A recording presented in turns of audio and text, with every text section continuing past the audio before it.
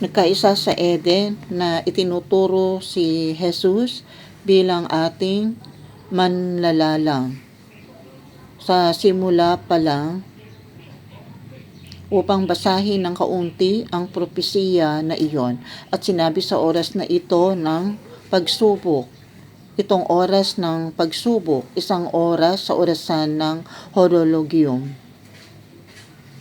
Yan ang pag-uusapan natin, itong oras ng pagsubok, eksakto sa taong ito, nasisimulan natin ngayon. Sa oras na ito ng pagsubok, ang mga banal ay tahimik, nagtitiwala sa Diyos at kumakapit sa kanyang pangako na isang paraan ng pagtakas na gagawin sa kanila. Ngayon, ano ang iyong naalala? Sinong pinakalooban upang makatakas sa Philadelphia?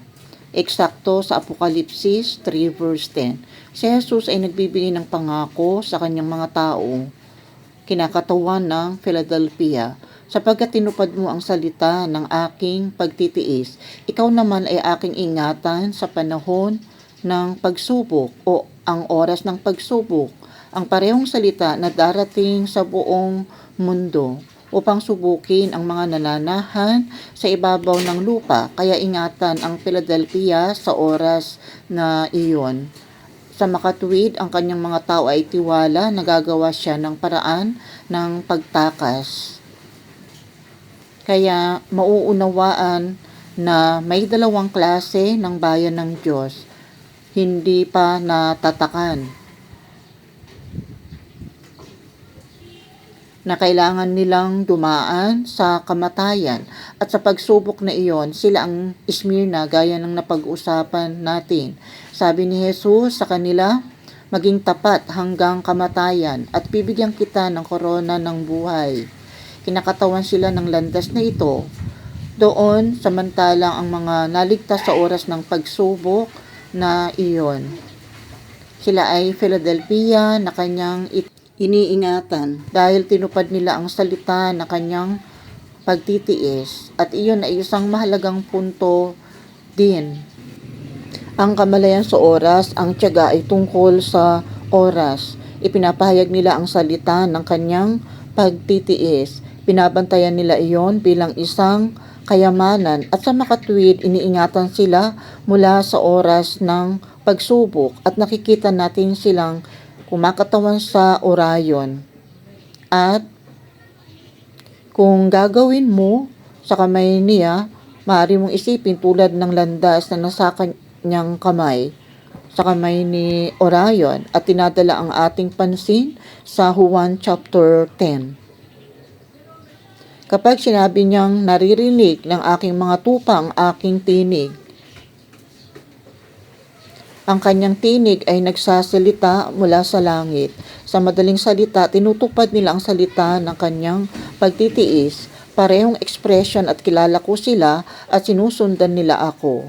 Sinusundan nila ako tulad ng 144,000 ang mga birhen na sumusunod sa kordero kahit saan man siya pumunta, at pagkakalooban ko ng buhay na walang hanggan at hindi sila mamamatay.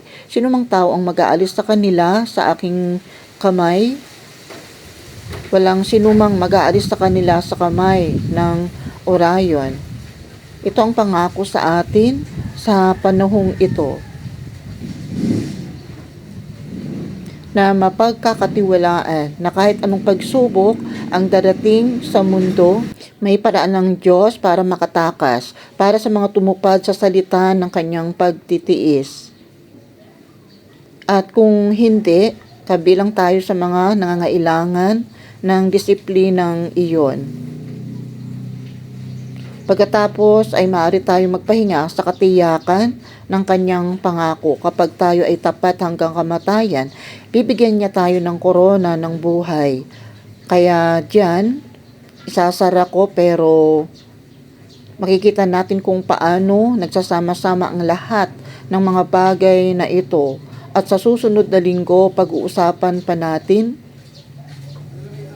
ang mga bagay na ito na umuunlad. At sa tingin ko, iyon ay magiging isang kawili-wiling paghahayag. Kaya tumayo tayo para sa salita ng panalangin. Mahal na Ama sa langit, nagpapasalamat kami sa iyo para sa araw ng Sabat na ito. Nagpapasalamat kami sa iyong paggabay at sa iyong mga pangako.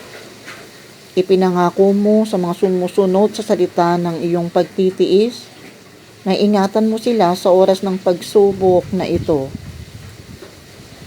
Ngayong taon, ayon sa nakikita namin, na kumakatawan sa 372 days sa pag-ikot ng orasan ng horologyo, sa makatwid kami ay nagtitiwala sa iyo na anuman ang dumating sa oras na ito na mangyayari, gagawa ka ng paraan upang makatakas, at gayon pa man ang mga walang pagpapalang iyon ay maipaabot pa rin ang awa mo sa kanila at sa iyong ipinangako sa kanila kung sila ay tapat hanggang kamatayan. Bibigyan mo sila ng korona ng buhay at iyon ay isang maganda at mahalagang pangako. At idinadalangin namin nawa marami ang mabaling sa katwiran.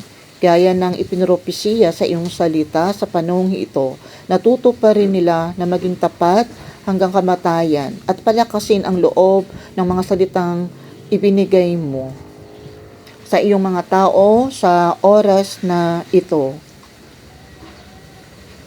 Salamat, mahal ka namin at nagpapasalamat kami sa iyo, lalo na sa paghawak namin sa iyong kamay at hindi hahayaan na kahit sino ay aalisin kami sa iyong kamay. Pinupuri ka namin at nagpapasalamat kami sa iyo at idinadalangin namin ang mga bagay na ito sa pangalan ni Jesus Alnitak. Amen. Maraming salamat. Muli makikita tayo sa susunod na linggo. Ating pag-uusapan pa ang tungkol sa mga pag-unlad na mangyayari sa panahong ito.